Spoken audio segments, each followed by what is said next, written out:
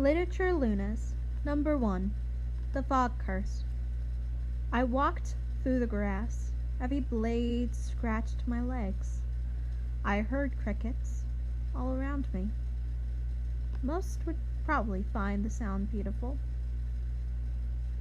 I could smell the ocean in the distance.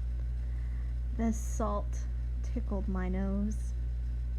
Of course, I couldn't see it with all the fog. The fog is what I was looking for. If I ever wanted to return home, I needed to find the lighthouse.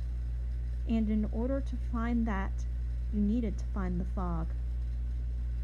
If you can't get back your head on straight, boy, I will kick you out of this house. I never expected Mom to go through with that. I even tried to be what she wanted, but it never worked. Now, my only way back is a full. My cloak stamped with sweat and mist. My feet were swollen in my sandals. The grass was rough against my feet. The crickets had been chirping for hours, and I could hear nothing else for miles. The only thing that showed me the way was the earmuffs hanging out of my pocket. The big warm puffs were made of the smoothest silk. They buzzed every time I stepped off their path. So I walked through the grass, following the muffs to the lighthouse. A girl like you shouldn't be out here on your own, a man had said as he placed my meal in front of me. I'm a boy, I grumbled into an empty glass.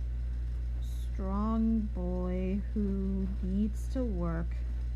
Oh? The man had said in reply. He had slipped into the chair across from me. I glared at him. I'm sure you have other customers, and I am sure you're lost. The spoon I had been holding had fallen into the bowl. What? You are lost? In the fog. The man had opened his arms. The fog of youth and doubt. Some go to work to escape it, yourself included. Seems a waste. A waste? Yes, a waste of a perfectly good fog. I pulled my bowl closer to me. And how does one use a perfectly good fog? He gave me a grin while taking a carrot out of my soup. With the lighthouse, of course. The wives? I have no time for useless stories. Whose words are those?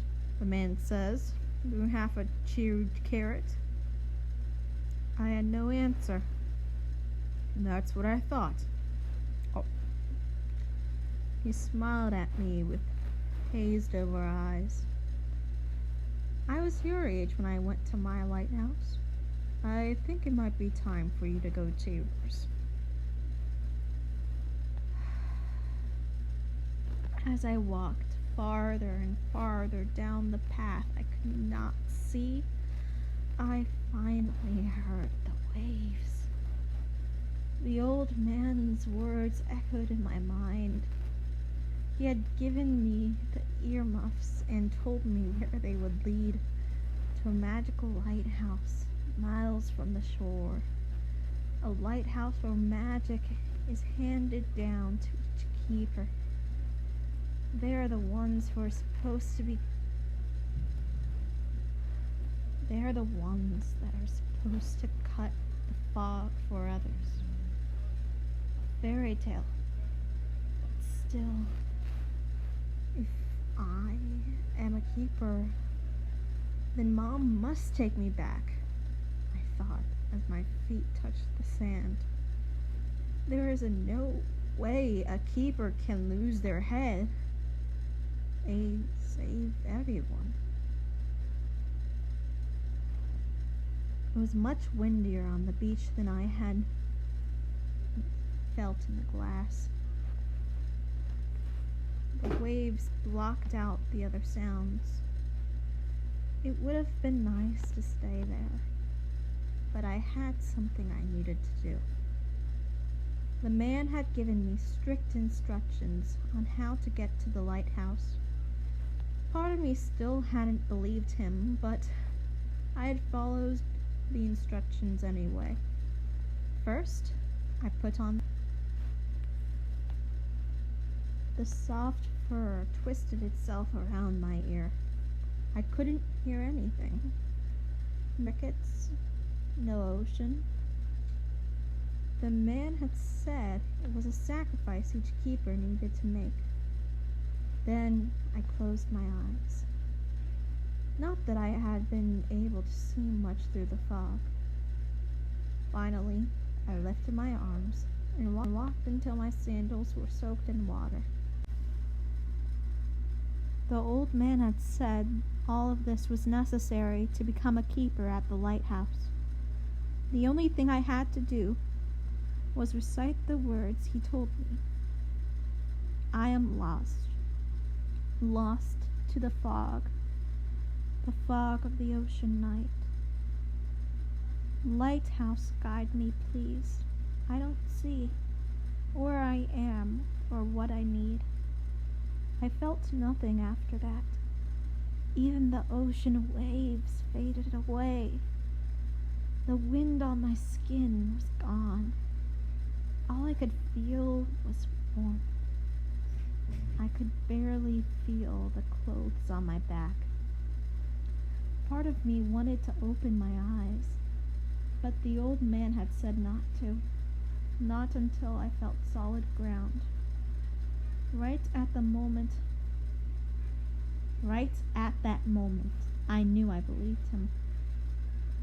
Part of me wondered if I had ever doubted him. If I would have done this if I had. It took me 5 minutes to open my eyes. When my feet hit the ground, I was greeted by a man and a girl. The man was on a boat so small one could call it a canoe. Both of them had earmuffs. We were all on the dock of a lighthouse, wrapped in vines of glowing blue mushrooms and lavender. The dock also had plants growing on it. There were wild herbs and weeds growing from the posts. Above us there was a ball of light, bathing the scene in a warm yellow glow. The man and woman both smiled at me. The woman had a gentle smile with bright, kind eyes.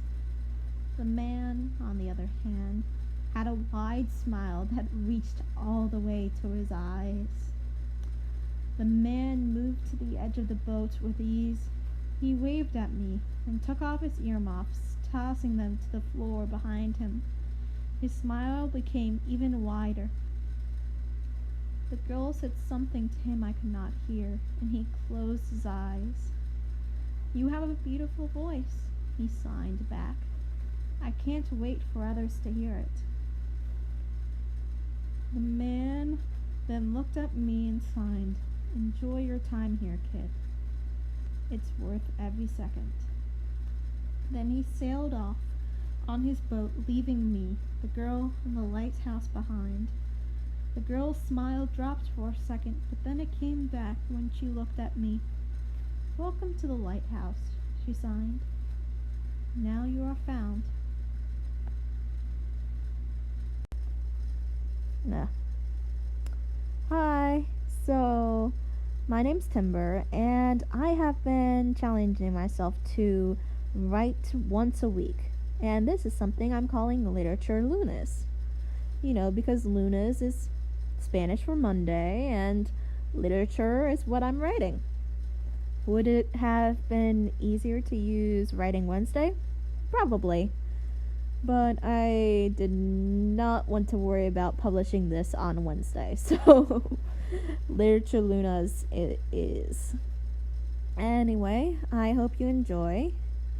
I have been wanting to post more on YouTube. I do post on Tumblr, and I'm trying to post more often on Instagram, but I really want to try and get into the habit of posting on YouTube. And since it's going to take me a while to do my next life vlog episode, this is what you're getting.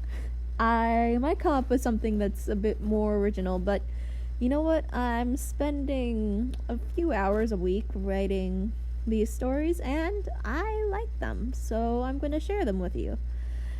I know this one isn't the best, and that's because it's the first one.